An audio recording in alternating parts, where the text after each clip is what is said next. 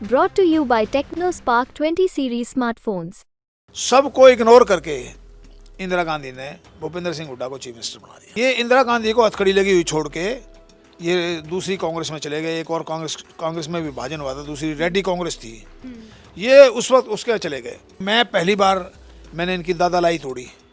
दादालाई का मतलब इनकी रियासत थी कि चाहे हारे हो चाहे जीतो, इनको हमेशा टिकट मिलता था। गढ़ी सांवला कलोई से विधानसभा का चुनाव भूपेंद्र सिंह हुड्डा के खिलाफ लड़ना चाहता हूँ। अगर पार्टी किसी और को टिकट देगी तो मैं उस आदमी को सपोर्ट करूँगा। सर, एक समय ऐसा माना जाता था कि सीएम रेस में भूपेंद्र हुड्डा, चौधरी भजन लाल, लाप, चौधरी बीरेंद्र सिंह, ये सभी लोग शामिल हुए, बने सीएम भूपेंद्र हुड्डा।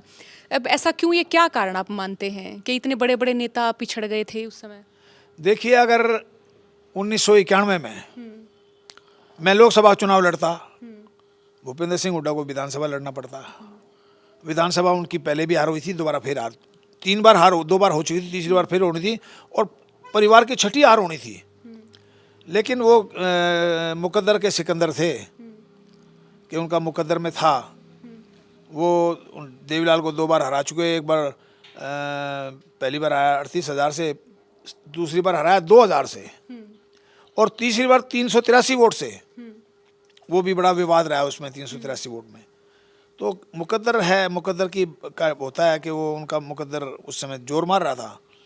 उसके बाद सोनिया गांधी ने सोचा कि आदमी देवीलाल को हरा के आया है तो ये इसको आगे बढ़ाना चाहिए। तो सोनिया गांधी ने जब चुनाव हुआ 2005 में, हमारे साथ चौधरी भजनलाल के साथ 45 एमएलए थे, भूपेंद्र सिंह हुड्डा के साथ थे 7 या 8 और 7-8 थे शमशेर सिंह सुरजेवाला के साथ और 7-8 थे बीरेंद्र सिंह के साथ। सबको इग्नोर करके इंदिरा गांधी ने भूपेंद्र सिंह हुड्डा को चीफ मिनिस्टर बना दिया। तो मैं इसलिए बता रहा हूँ आपको ये बातें, ये घटनाएं कुछ ऐसी हुई बीच में। 1977 में इंदिरा गांधी को ज़रूरत थी सपोर्ट की। हम लोग इंदिरा गांधी के साथ खड़े रहे। हम लोग संजय गांधी की जिस समय जेल हुई किस्सा कुर्सी के केस में, हमने धारा 144 तोड़ के हम तिहाड़ जेल में संजय गांधी के साथ 1 हफ्ता रहे। लेकिन ये भूपेंद्र सिंह हुड्डा और इसके फादर चौधरी रणबीर सिंह हरियाणा कांग्रेस के प्रधान थे। भूपेंद्र सिंह हुड्डा यूथ कांग्रेस का प्रधान था। ये इंदिरा गांधी को हथकड़ी लगी हुई छोड़ के ये दूसरी कांग्रेस में चले गए। एक और कांग्रेस में विभाजन हुआ था, दूसरी रेड्डी कांग्रेस थी। ये उस वक्त उसके चले गए।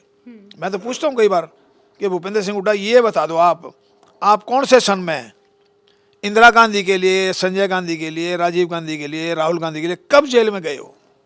इनके पास इस बात का जवाब नहीं है। तो मैं तो हमेशा लड़ता झगड़ता रहा हूँ, टकराता रहा हूँ।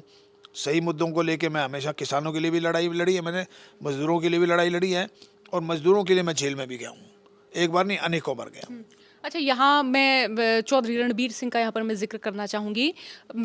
महंत शिवनाथ से वो हारे थे, तो मैं ये भी मानूँ कि जो मस्तनाथ जो मठ है, राजनीति की शुरुआत जब से हरियाणा में हुई, इस मठ से भी राजनीति तब से चल रही है। 1967 में मैं BA फर्स्ट ईयर में था और मेरे ताऊ जी लोकसभा का भारतीय जनता पार्टी, भारतीय जनसंघ की तरफ से लोकसभा का चुनाव लड़े थे और मेरा ताऊ का लड़का, मेरा भाई, वो विधानसभा का इलेक्शन लड़ा था चौधरी रणबीर सिंह के खिलाफ और महंत श्रीनाथ के खिलाफ।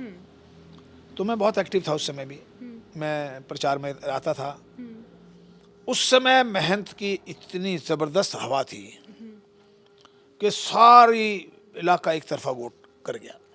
चौधरी रणबीर सिंह बहुत बड़े लीडर थे, कैबिनेट मिनिस्टर थे, हरियाणा पंजाब में भी इकट्ठे कैबिनेट मिनिस्टर थे, हरियाणा में भी थे और वो चीफ मिनिस्टर के दावेदार थे। लेकिन उनकी करारी हार हुई और लोकसभा में मेरे ताऊ जी भी हार गए, मेरा भाई भी हार गया। लेकिन उनकी करारी हार से महंत शिवनाथ जीत गए। थोड़े दिन बाद फिर इलेक्शन हो गया, महंत शिवनाथ ने 1-2 गलतियां कर दी जिसकी वजह से इलाका फिर भड़क गया। फिर चुनाव हुआ तो उस चुनाव में चौधरी रणबीर सिंह जीत गए थे। लेकिन उसके बाद फिर चुनाव हुआ तो चौधरी रणबीर सिंह का लड़का था कैप्टन प्रताप सिंह, वो महंत शिवनाथ के खिलाफ चुनाव हार गया। तो ये इनके परिवार के लगातार 5 इलेक्शन लगातार हारे हैं ये, तो उससे इनकी मामला ख़राब हो गया।